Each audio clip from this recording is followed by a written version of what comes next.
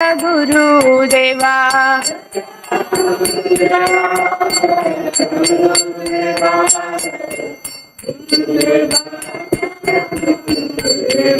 जय जय प्रभुपाद प्रभुपाद प्रभुपाद जय जय प्रभुपाद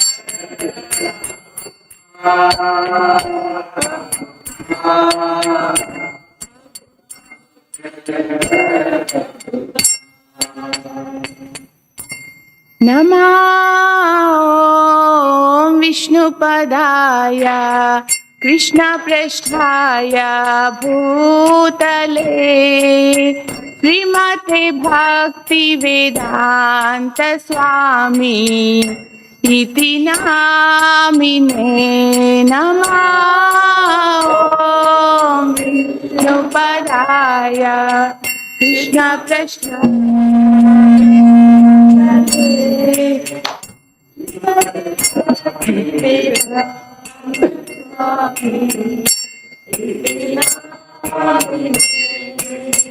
नमस्ते सरस्वते देवे गौरवाणी प्रचारिणे निर्विशेषा शून्यवादी पाश्चात्यादेशतारिणे नमस्ते सरस्वते देवे गौरवाणी प्रचारिणे निर्विशेषा शून्यवादी पाश्चात्यादेशतारिणे जय श्री कृष्ण चैतन्य प्रभु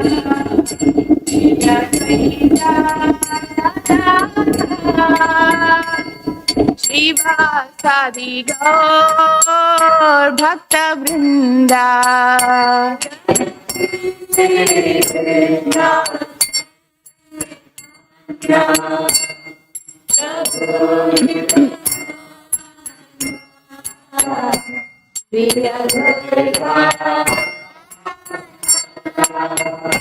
शिवासादि गौर भक्त वृंदा हरे कृष्णा कृष्ण कृष्ण हरे हरे हरे राम राम राम हरे हरे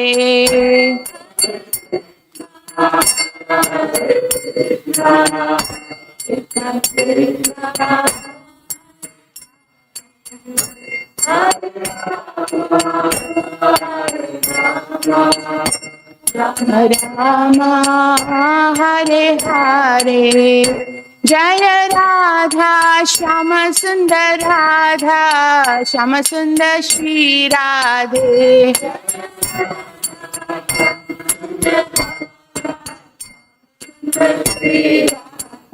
जय राधा माधव राधा माधव श्री राधे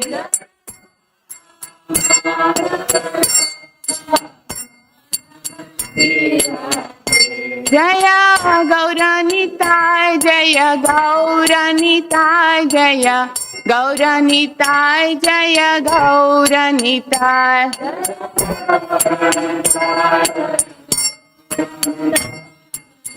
गौरनिताय जय गौरनिताय जय राधे श्याम राधे श्याम राधे श्याम जय राधे श्याम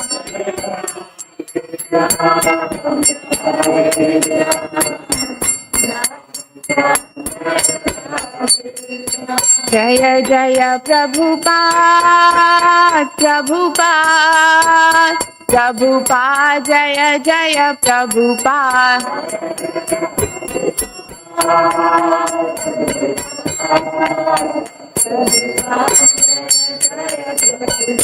जय जय गुरुदेव गुरुदेव Gurudev Jaya Jaya Gurudev.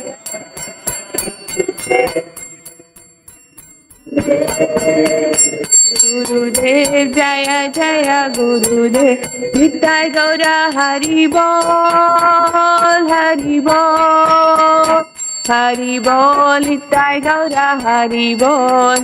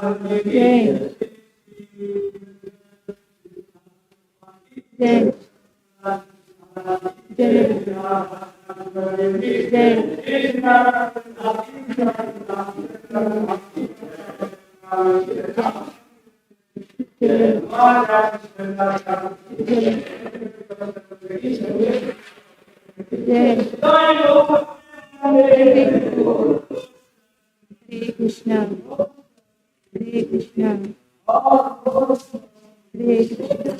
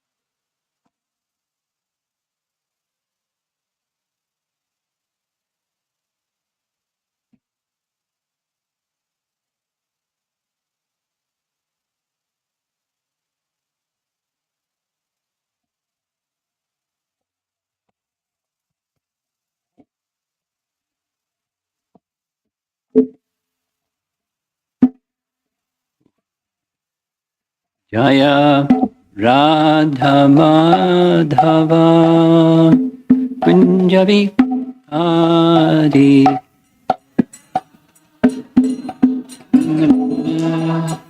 Kunjabi Jaya Radha Madhava Kunjabi Adi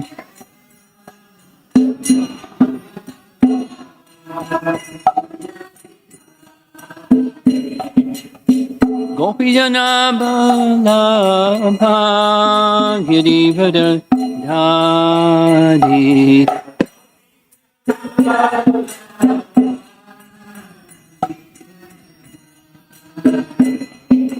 Gopijana Balabha Girivada Dhari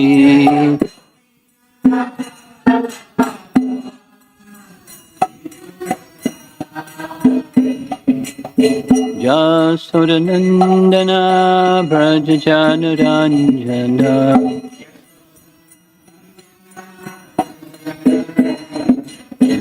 Jasodanandana Brajajanaranjana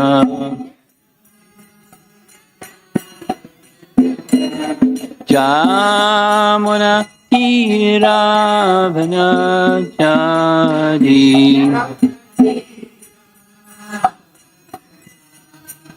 Jamunati Ravana-chadi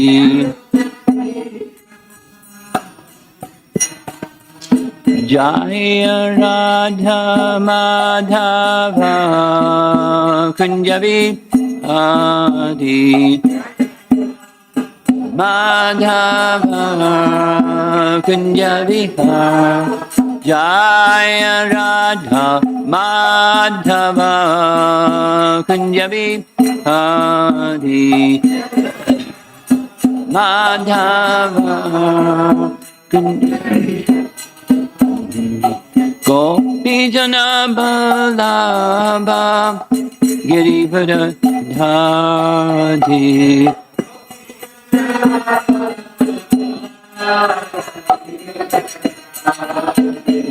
Gopijana Balabha Girivada Dhari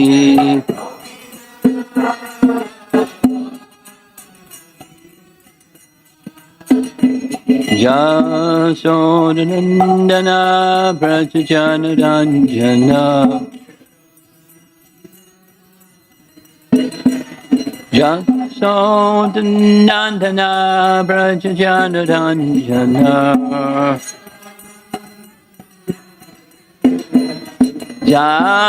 Jamunatira Vayachadi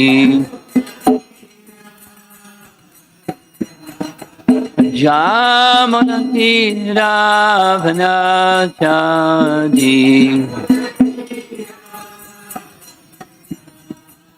Jaya Radha Madhava Kunjabi Adi Madhava Kunjabi Jaya Radha Madhava Kunjabi Adi Madhava Kunjabi Adi Jayom Vishnupad Paramahamsa Parivedikacharya Asta Saraswata C.C. Maharaj Divine Grace A.C. Bhaktivedanta Swami Srila Prabhupada Ki Ananta Koti Vaishnavrinda Ki Grantharaj Srimad Bhagavatam Ki Gaura Premanandi. All glories to the assembled devotees, glories to Shri Guru and Shri Gauranga.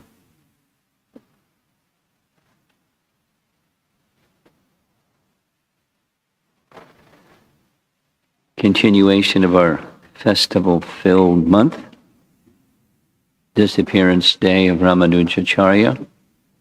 Maybe we'll get to Srimad Bhagavatam and maybe we won't. Let's see.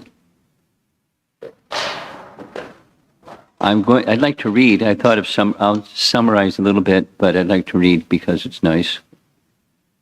These are words written by, so it's from the perspective of Sri Vaishnava Acharya, or scholar. His name is Govinda Acharya, and he's in the biography of his life, the life of Bhagavat Ramanujacarya. This is the closing portion of his life. It's just a little editing to refine the language, and not, there's still a lot of rough language.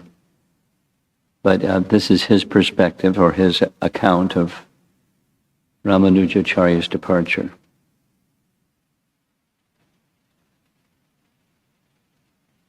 It includes naming his successor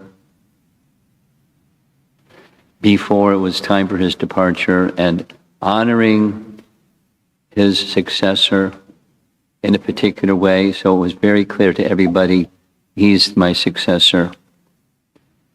And then departing.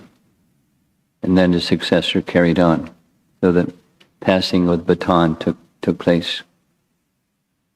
Kuresha, who was the senior disciple of Ramanujacharya, had a son called Parashara Bhatter, and hereafter he's referred to as Bhatter, Parashara Bhatter. He had come from the estate of his father, the spiritual world. Ramanuja knew from the moment of Bhattar's entry into this world that Parashara was destined to be the apostle of Vishva Advaita dispensation, having been presented to the world by Lord Ranganath himself as his own son. At least that's how the followers of Ramanujacharya see the successor. Bhattar was like his father, Kuresha, very saintly and an active preacher. As designed by Providence, Kuresha left this world before Ramanujacharya to authoritatively transmit to posterity the great message which Ramanuja had brought from the spiritual world. He led his juvenile disciple, Parashara, delegated to the Lord. Not a good sentence. He presented him in front of the Lord and declared his relationship with the Lord. He said, "We consecrate it by giving this turmeric water to drink. Grieve not for the loss of our Kuresha, your father, for we stand before you in that position, more so even." Anyway, language is a little different. So he's going before the deity of Ranganath. Don't grieve for the loss of your father. We are actually even more so your father than he was your father. Then Ramanuja returned to see Govinda Jr., who has another name, Embar, who was assigned with the sacred tasks of preparing Bhattar thoroughly for the position he was to occupy by a complete course of studies in doctrine as well as discipline. So he's going to transfer this young boy or young man to a teacher. After meeting Govinda Jr., Ramanuja settled down to spend his time in imparting instruction to his large congregation on Sri Bhasya and Bhagavad Vishaya. And then there's another elevated disciple, in addition to Kuresha, was Dasarati. So Dasarati had a son, And that son one day approached Ramanuja reverently and said, glorification, glorification, glorification of you. Do we have your permission to make a murti of you? That's simple language. Ramanuja said yes. So this son of Dasarathi brought a murti maker who studied his physiognomy, and the intention was to create a metal murti exactly in Ramanujacarya's likeness, and he did it. For the benefit of posterity, he commanded that it be installed in Perum Budar.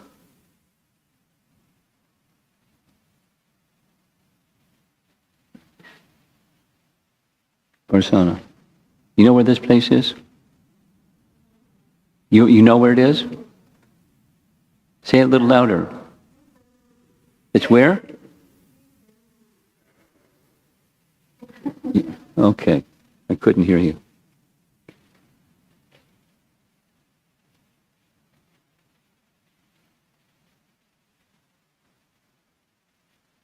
And they brought Ramanuja to see the Murti. He embraced the Murti, pouring into it all the spiritual power and grace he had.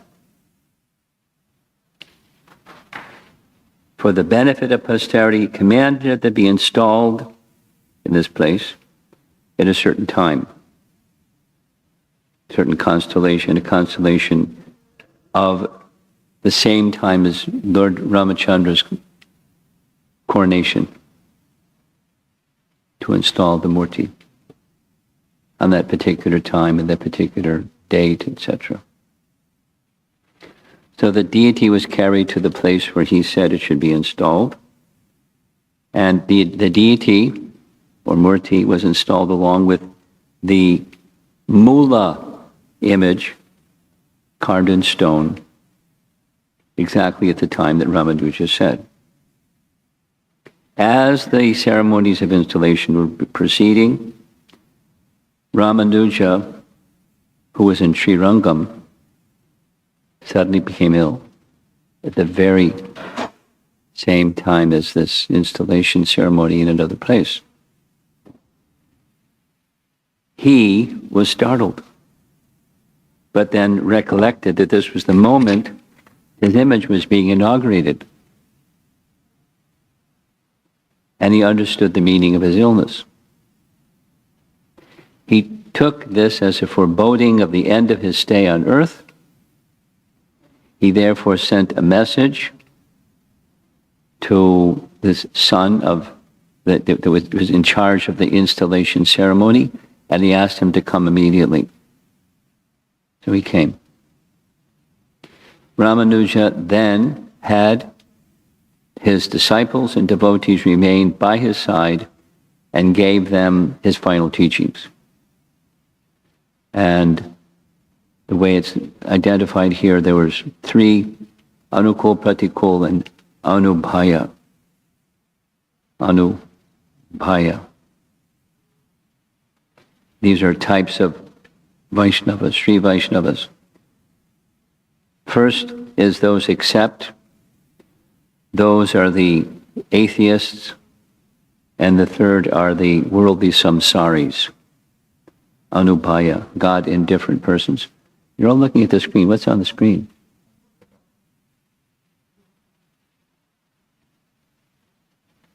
Is that a good idea? Can you take it down? Thanks. I wonder what's going on. So there's these 3 classes and how to have proper conduct with these 3 classes. If you meet the Vaishnava,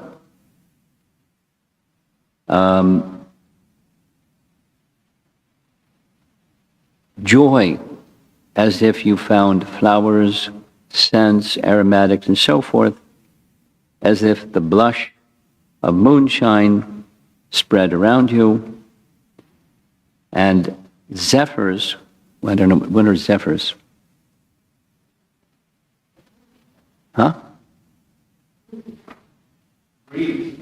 Breathing. Breeze. Breeze? Softly crept over you as if you met your own most near and dear kith and kin. So make friendship with devotees. If you come across the second group, the atheists, it's as if you're facing a venomous reptile or fire and so forth.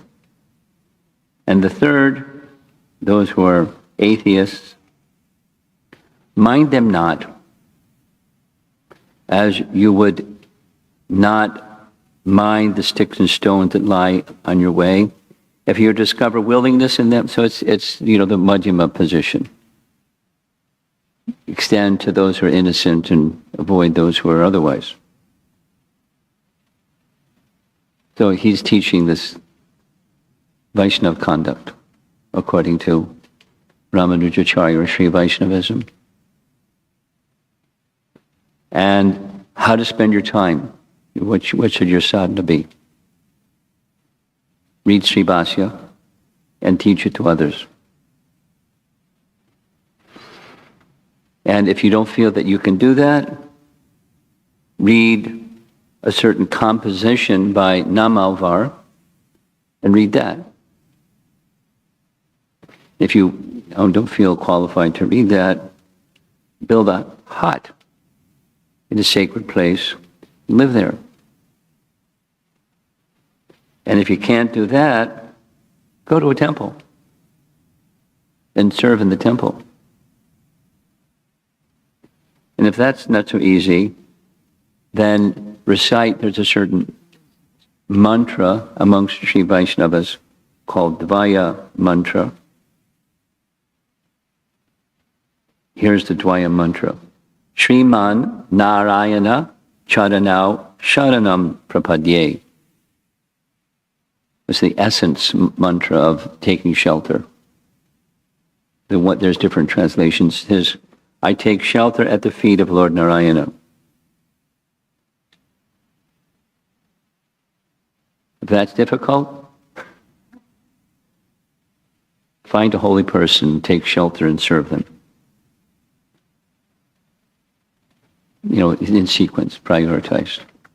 So he's giving final instructions, and Ramanuja then addressed the servants of the Dham. O faithful servants of our Lord, my time is over, and my services in your company have come to an end. In the performance of my duties with you, I may have offended some and pained others. I am now about to leave you. It is seeming that I ask you, one and all, to forgive me for my shortcomings. And they said, No. You've done no wrong. There's nothing to forgive. Then Ramanuja replied, do not speak like this. You lose nothing by losing me, for there is your Lord Ranga, ever present, who never leaves you. He is safe, sleeping on his serpent couch and steadily gazing to the south, for his Bhakta Vibhishan dwells there. Never be sparing in your services to him. Be vigilant and devout. I wish you all the constant company of the Lord's own elect, the Sri Vaishnavas. Farewell. He didn't stop there, though. He assigned to the select disciples the care of different sections of his followers. He took bhattar before the deity, and in the deity's presence, he honored his bhattar before himself, taking prasad in certain rituals that are normally for the most elevated person, and he gave to Bhattar first and accepted second, and everyone knew what that meant.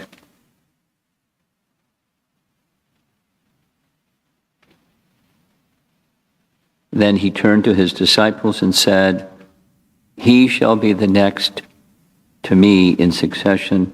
Look upon him as such." He turned to Bhattar and said, "There's a certain personality in Mysore. Go there and speak Sri Vaishnavism to him and convert him to Sri Vaishnavism."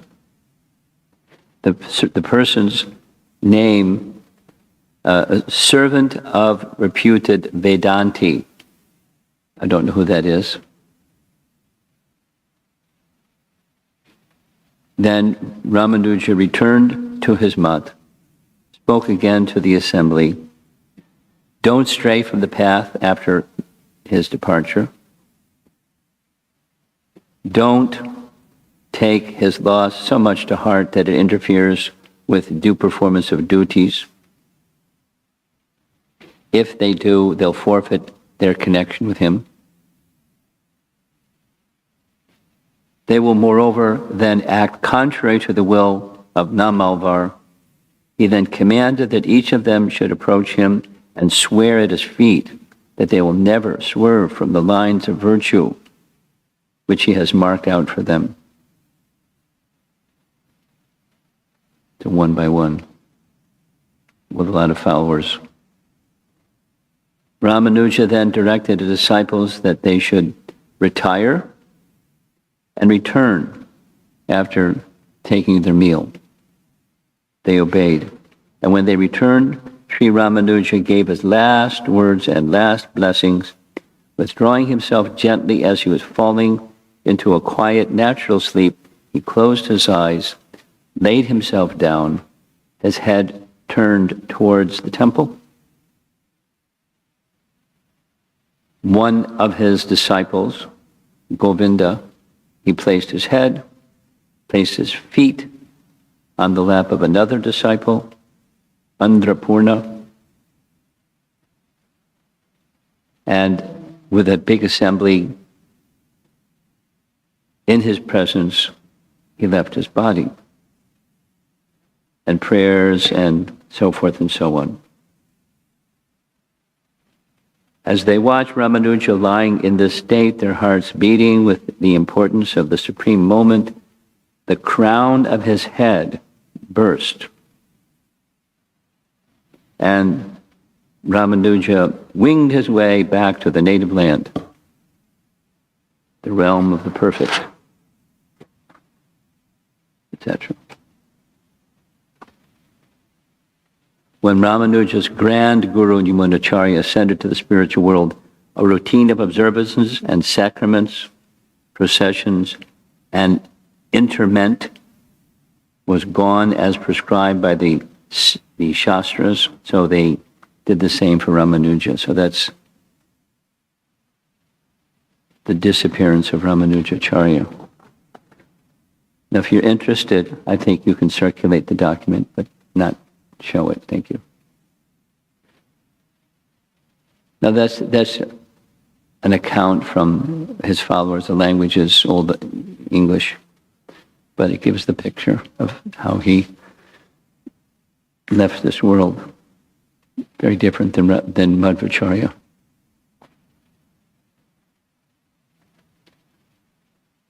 Should we go on to the Bhagavatam verse? What's the verse number? 26 or 27? 26. Om Namo Bhagavate Vasudevaya. Om Namo Bhagavate Vasudevaya. Om Namo Bhagavate Vasudevaya. Tesham satam veda vitana mortir. Ramabhadharyatma gunanuvadam Vinadya bhoyo vibudho dayaya Gajendra lilo jalam abhivesha. Playing like an elephant, he entered into the water after roaring again in reply to the Vedic prayers by the great devotees. The Lord is the object of Vedic prayers, and thus he understood that the devotees' prayers were meant for him. The appearance of Lord Varaha. Purport: the form of the Lord in any shape is always transcendental and full of knowledge and mercy. The Lord is the destroyer of all material contamination because his form is personified Vedic knowledge. All the Vedas worship the transcendental form of the Lord in the Vedic mantras. The devotees request the Lord to remove the glaring effulgence because it covers his real face. That is the version of Isha Upanishad. The Lord has no material form, but his form is always understood in terms of the Vedas.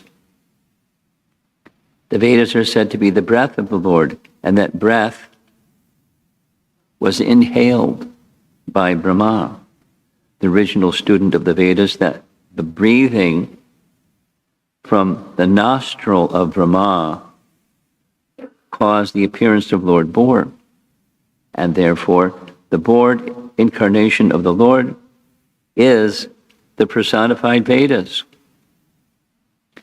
The glorification of the incarnation by the sages on the higher planets consisted of factual Vedic hymns. Whenever there is glorification of the Lord, it is to be understood that Vedic mantras are being rightly vibrated. The Lord was therefore pleased when such Vedic mantras were chanted, and to encourage his pure devotees, he roared once more and entered the water to rescue the submerged earth. And this verse is selected because Varaha's appearance date coming up. Is that, Premananda, is that the reason? Is it just in sequence? How interesting.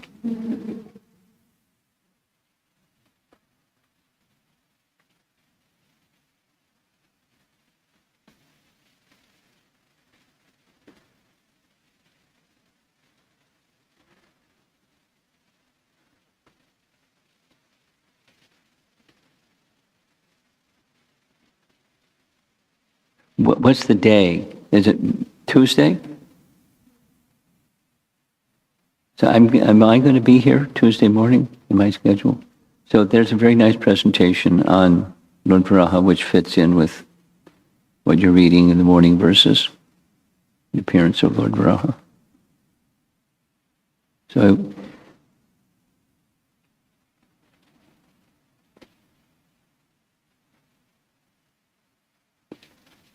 the Leela avatars, the 6 types of avatars are described not only in the Bhagavatam, but they're described in other Puranas, and from the other Puranas, as well as the Bhagavatam, we get a broad picture of, in this case, Lord Varaha, but other forms and other forms. A wonderful literature that has compiled all those different references is Laghu Bhagavatamrita. Laghu Bhagavatamrita is very wonderful literature, amongst many wonderful literatures, that describes the incarnations. That's the topic. Laghu Bhagavatamrita. It's Rupa Goswami's composition, and he takes the topic and covers it at least 3 times. He goes through and then goes back again, and then goes back again. I'm not familiar with that Laghu Bhagavatamrita enough to say what's the reasoning why he went through it 3 times. But that's my understanding, or my cursory reading of the literature. So there's a lot which we can hear Tuesday morning about what Laghu Bhagavatamrita says. But there are different appearances of Lord Varaha in different days of Brahma. For example, Sweta Varaha and Rakta Varaha, etc. And so the method of his appearance differs. There's variations on the theme of. So here we're getting a particular rendering. We'll just stick with this one for the time being.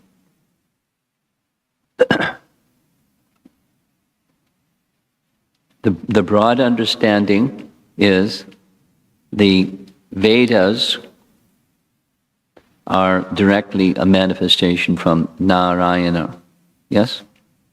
And Narayana presenting the Vedas, in this particular rendering, it was wind.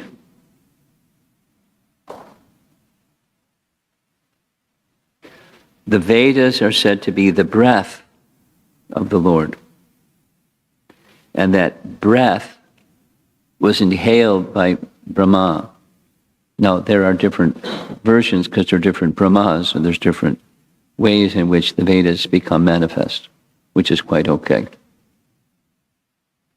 At least when we become a little more well-read, and you find, wait a minute, it says this here and it says that there, you start scratching your head saying, is it this or is it that? It's not always the case, but many times they're different Brahmas in different universes, and there are different days of Brahma within any particular universe. And so his receiving at the beginning of his life, and there are different ways. And it's just fine. So when you come across things like that, don't panic. Don't become overly analytical. Allow that you don't know everything yet. Maybe that day will come when you know more than what you know today, but it's okay if there's different descriptions that are the essence is it should be from an authorized source. And authorized sources, there's different histories. Puranas are histories, and itihasas are histories, and some of them are more authoritative than others. And so we need the guidance of our acharyas, like Rupa Goswami, to know which ones carry more weight. Tamasic, Rajasic, Sattvic, and amongst the Rajasic and Tamasic Puranas, references are taken by our acharyas and they're given very substantial weight. And because this is here in the Bhagavatam, which is the topmost of all the Puranic authorities, we take that as final, like the Supreme Court. But it doesn't mean the others aren't bona fide or genuine or worthy.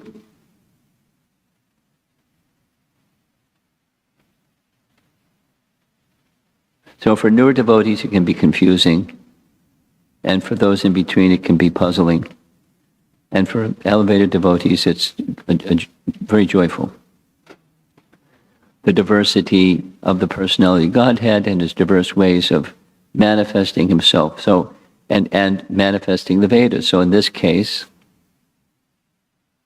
Prabhupada doesn't specifically give the reference for this particular narration, because it's not within the verse, it's from one of the Puranas, and therefore he's giving what's here.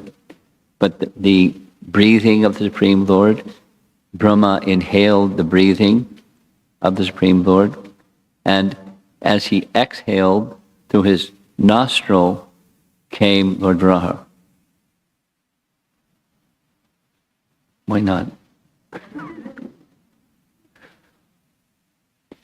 And an important detail in this description, it is to be understood that when the Vedic mantras are recited properly, then the Lord, it's a sign that the Lord is manifesting.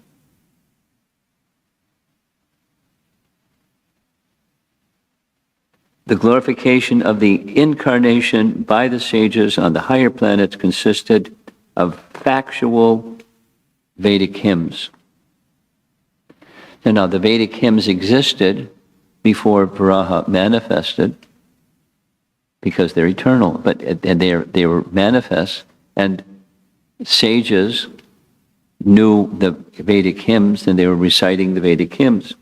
Whenever there is glorification of the Lord, is to be understood that the Vedic mantras are being rightly vibrated. The Lord is pleased. Not only the hymns are being vibrated, but they're being rightly vibrated. And as a result, to encourage his devotees, he appeared and he roared loudly because there was an appeal, help. Earth has been knocked out of its orbit, and Hiranyaksha is up to his business, so Lord Varaha came to the rescue.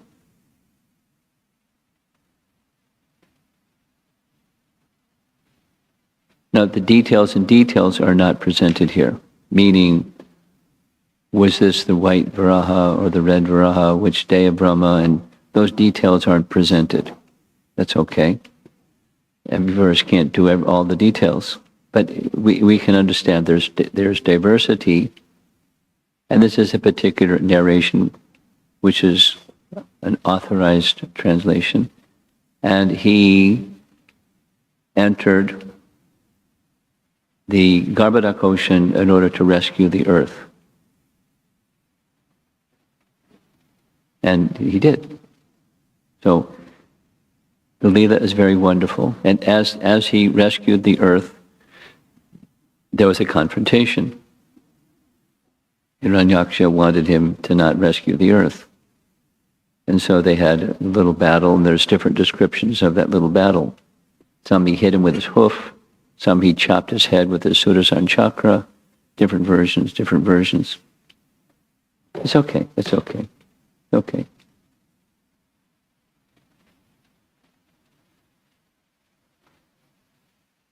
The Supreme Lord, in his Leela avatar form of Lord Varaha, made disappearance.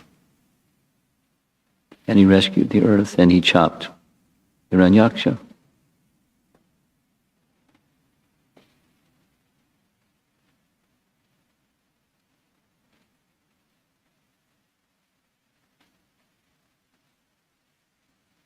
And all of these, just say one other thing. What we heard yesterday about Madhvacharya is, unlike other acharyas, his commentary on Brahma Sutra involved narrations from Mahabharata and Srimad Bhagavatam to explain the sutras of Brahma Sutra.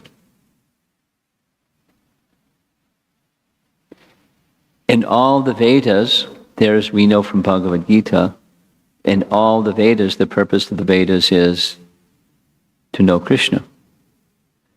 Now, there are so many indirect statements. And how do we understand Krishna from indirect statements?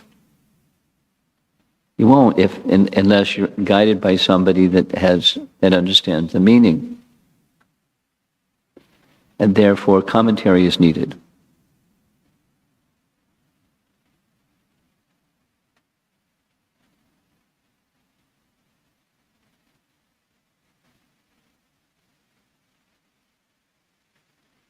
just like in the first chapter of Canto 1 Bhagavatam, is one of the 6 questions is describe the forms of the Lord as they appear in this world.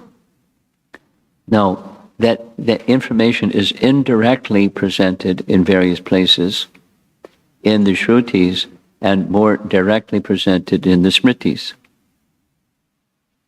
But the essence is the essence. There's a source of everything. There are different features of that source of everything.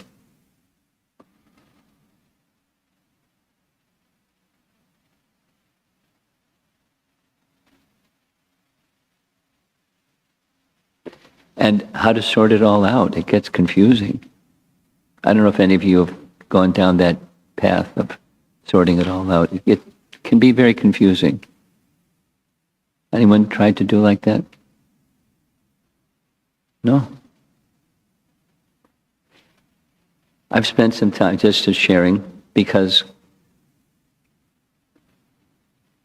Srimad Bhagavatam is the ultimate authority in that matter. And I've been spending some time,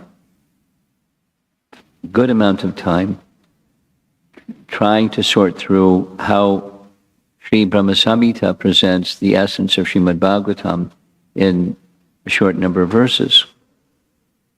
And it's more than the Chatra Sloki verses of the Bhagavatam. It's more than those few verses at the beginning of chapter 7 of Canto 1. But it's still very short, and essences are there. And included is the realizations of Brahma and the nature of his realizations and the process of sarga and visarga, and it's very involved.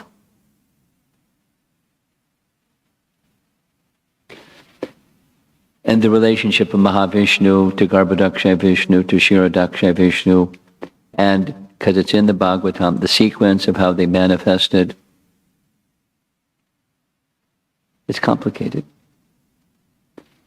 But the principle is there's one source of everything. That's the good news. The one source of everything is Govinda, or Anadir Adir Govinda Sarva Karana Karanam.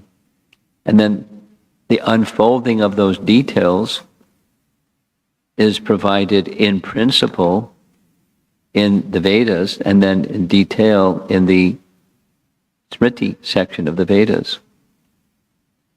And quite authoritatively, there's enormous effort on the part of our acharyas to provide explanations of those details,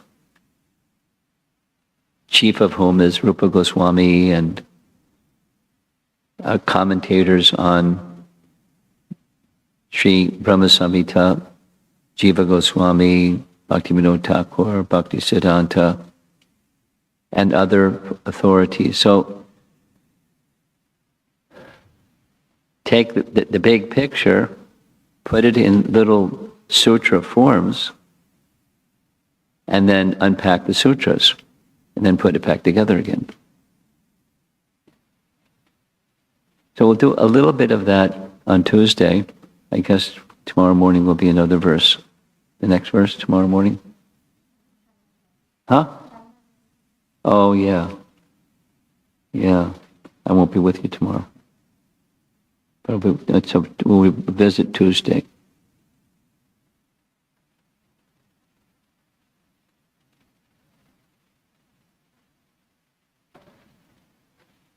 We're at different stages in our devotional life, and just reading Srila Prabhupada's Srimad Bhagavatam translation and commentary is nice and edifying and elevating and purifying. And as we read, it's transcendental, so it's not something that we can realize immediately. But continue hearing and continue hearing and continue hearing and continue hearing faithfully. And the picture starts to become a little more clear, a little more clear, a little more clear. And then as you go along, there's other versions. And then you go, wait a minute, it says this over here and says that over there, so what's going on? Is it this or that? You've probably all been through that one. And if you're hearing from, so therefore, the hearing from the right source is very important. And consistently hearing from our founder Acharya, who has pablamized this diversity and complexity. And then gradually, other authorities that are worthy of our implicit trust. And the journey is a wonderful journey. The essence isn't how much you know. The essence is your fidelity and faithfulness to the fact, ultimately, that there is a source of everything, and we have an eternal relationship with that source of everything. And hearing from authoritative sources about that source of everything brings us to the position of getting closer and closer and closer to our eternal but forgotten relationship with Krishna. So stay with it, Prabhus. And if you run into some sections where you can't sort it out, my recommendation is have a nice parking lot. Put that unanswered question in a nice parking lot. And then later on, when you read something that explains, it's a little bit like this question that came up that you've now circulated, right? That who was the hunter that killed Krishna, hit him in the foot with his arrow?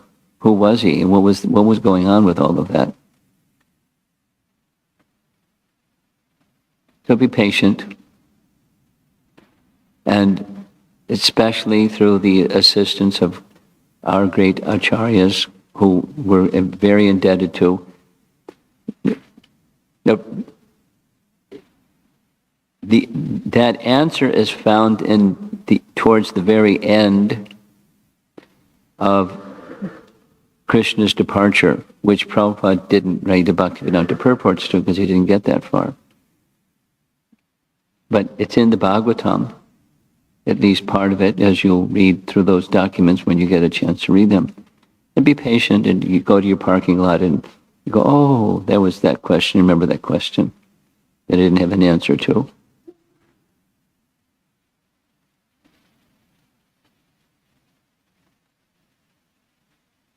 And the picture becomes more complete, but it doesn't change the essence. The essence is just now being verified. Krishna is the original cause of all causes, the source of everything, including Varaha.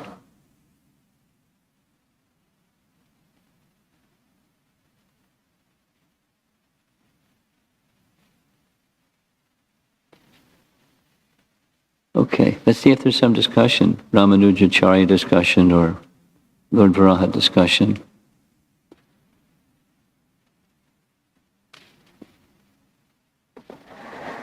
What? What? Oh.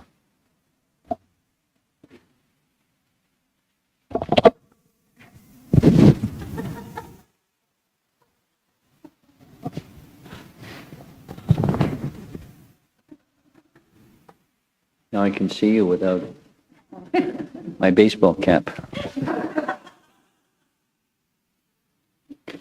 Krishna, Krishna.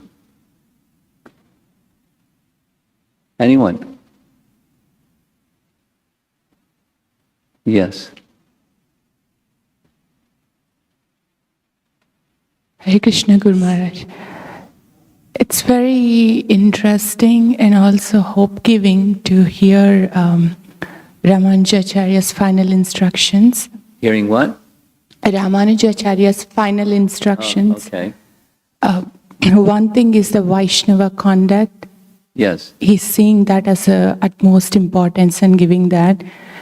And then I'm also, it's very hope-giving to see different levels. It's the final instructions. He's not saying, okay, this is it. He's like, you're not do this. If not, do this. It's like he's giving acknowledging different stages and including that as the final instructions. And the audience is everybody.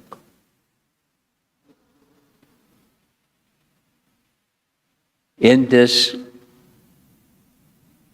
biography, it's not included in selective conversations with this one, that one, the other one. It's everybody's there as his departing instructions.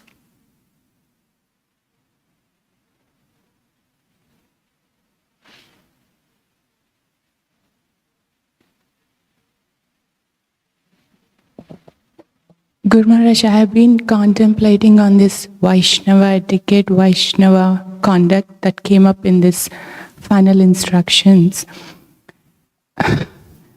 It's very interesting and kind of funny because, at least for me, I can speak when I started practicing Krishna consciousness and associating with the devotees. At least it seems like on the surface level there is so much more appreciation and gratitude to the devotees and how I interacted with them. But as that association got more and more closer, the familiarity started breeding. And I see how much ever I tell myself, I see, oh, but how about this? Oh, why are they like this? It's so much going in that direction. And I feel I'm actually moving away from the proper Vaishnava etiquette. Just sharing Guru Maharaj. So as we expect the devotees, as we are progressing, we would expect ourselves and overall devotees to go forward, progress in that deepening that appreciation for the other devotees. I don't know, it's a certain stage, and as we keep going, it gets better.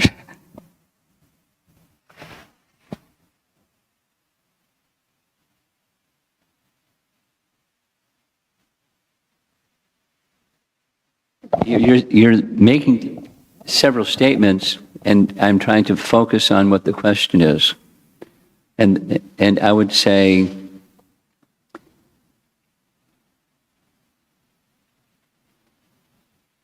what's important for you and for each one of us, myself included, is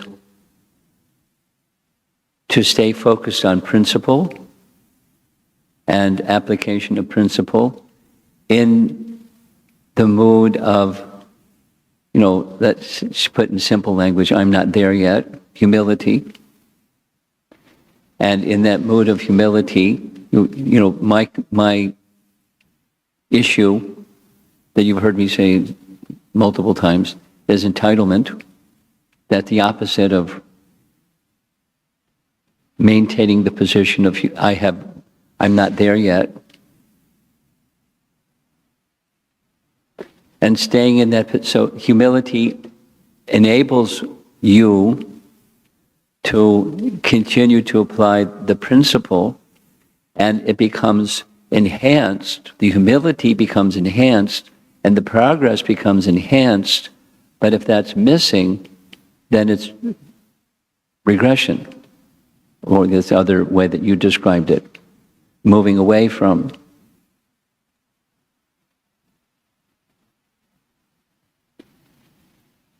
The dynamic nature of bhakti life becomes dissipated through time rather than enhanced. So what's important?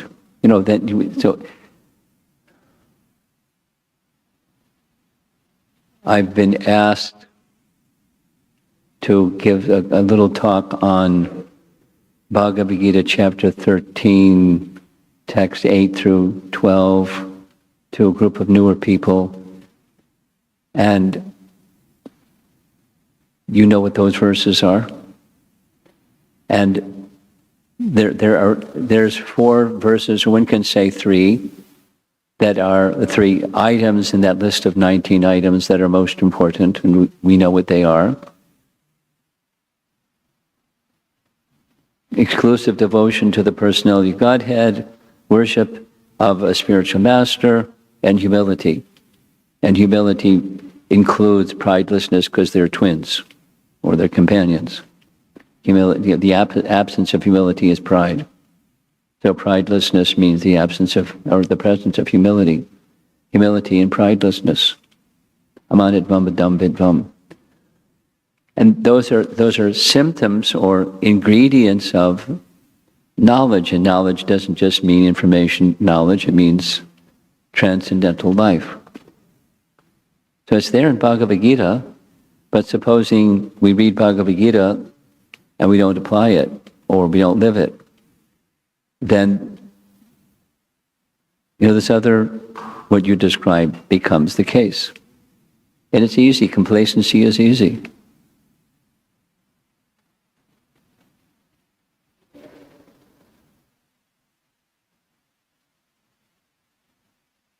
To how to not be complacent. I'm not there yet. The humility factor. And I want to be there. I don't want to be complacent. So you do your house cleaning regularly. Not, what I remember I did some house cleaning some years ago.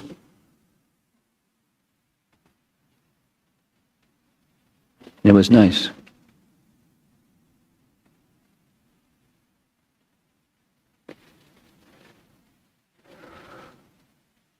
Others?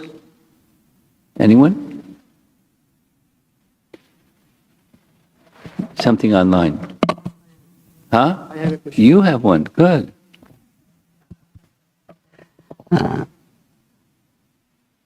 During the Swayambhava Manu, the Varaha appeared as Shweta Varaha. Speak slowly. I got it, but speak slowly. So, like Brahma was trying to create the progeny and things, but then a lot of challenges that happened from the beginning of his service. Yes. Even at this time, even Swayambhava Manu was very obedient. Swayambhava Manu is very obedient for his service, but still now earth is got inundated with, Speak slowly.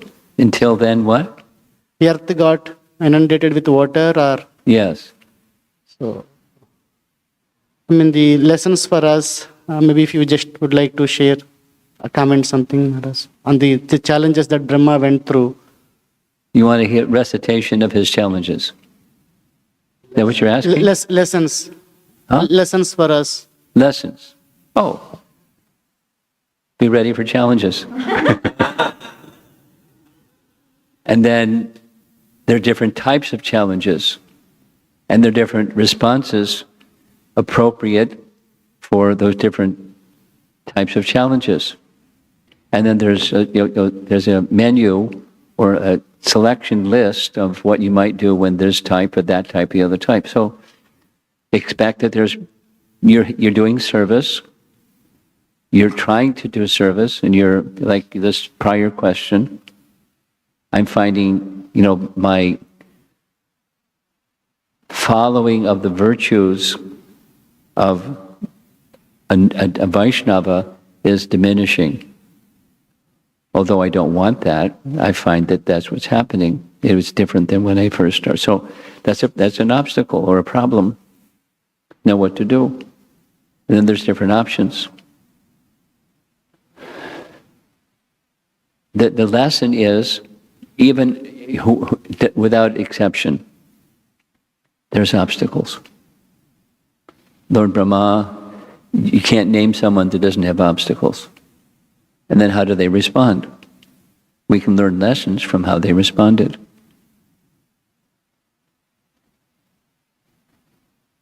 But don't expect a problem-free ride. Expect problems, and don't be intimidated by, a path that has problems. Or when the problems arise, get bewildered and become so absorbed in problem solving that you forget the purpose. That it's the eligibility is recognizing there's a source of everything and I want to be connected with that source of everything, and having Guru Sadhu Shastra to guide us. And then an open-heartedness towards Guru Sadhu Shastra to guide us, regardless of what the obstacle is. That's the lesson. Just this morning, here's a for example. Just this morning, room conversation with Srila Prabhupada in Paris, summer 1973. He's with a group of devotees, called Intimate Disciples, and he's describing his life. Prabhupada is giving a little biography synopsis. And in one particular point, Prabhupada said, I didn't know what to do. No, Bhaktisiddhanta had given him an instruction, and he was of the idea that let me become wealthy, and then I can use this wealth to help Bhaktisiddhanta's movement. And it was happening, and then it stopped happening, and then Bhaktisiddhanta departed, and he gave him some final instruction. And Prabhupada is, living his life the way that he was living his life. He described 1954, he left his home. Anyway, and there was obstacles. He went to Jhansi. The way he described it is a little different that it's in Lilamrita, but the way he described it in this short conversation, he was gifted in Jhansi. He said Jhansi is not a special place, but the building was first class. And then it turned out that there was some intervention. The governor had a wife, and the wife wanted the place. So she started making politics as the wife of the governor to get the place. So he thought, I don't want to have a fight with the government. So he left. That's his description. And then after that, he went to Vrindavan, and so what to do? I was perplexed. I mean, your question was, what's the lesson to learn from Brahma having obstacles? Everyone has obstacles. And there may not be an immediate answer, but you don't become just obsessed with problem solving. And then he described what he did do. He did what he knew he could do. He began writing. He revived, at this point, he revived Back to Godhead magazine, which he had started some years before, but then stopped. Now he revived it. And then he was working on the Bhagavatam translation. Although he didn't have money, so many rupees, and I didn't have the means for that because he wasn't employed and didn't have followers, but he just somehow, he did it. So he just, being perplexed, he did what he knew to do. It's a gift that it was given, and then the long-term instruction of his spiritual master, etc. So he was working on it in his own way, within his means. Well, that's an example of what's the lesson to be learned when Brahma has the obstacles that he created, and then the earth fell out of its orbit. And the devas coming to him saying, do something.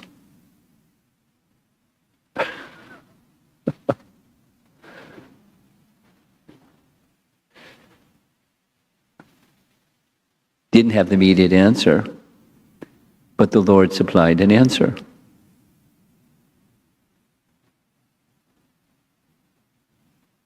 So that's the lesson.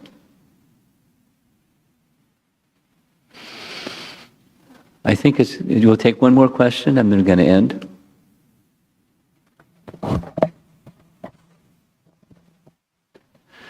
Guru Maharaj, may I ask a question not related to today's class? Sure. Thank you. I don't know if I'll get the chance, so I wanted to ask. Since Vyas Puja time, the message of Bhajaniya Parama Purusha Sukhamatra Swasukhatvam has been a meditation for me.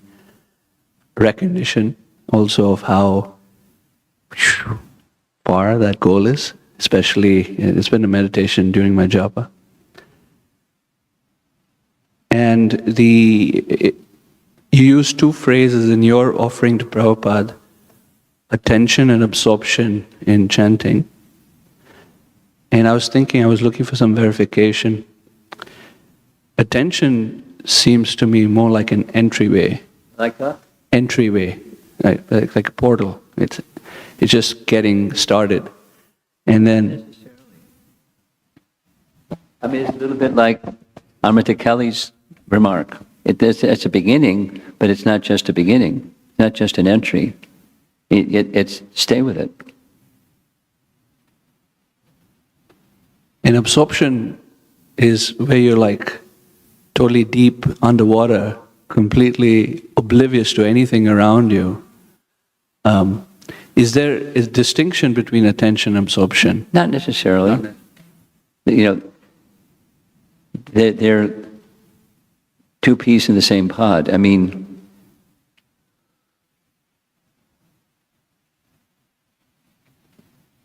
nectar of instruction, text number 7,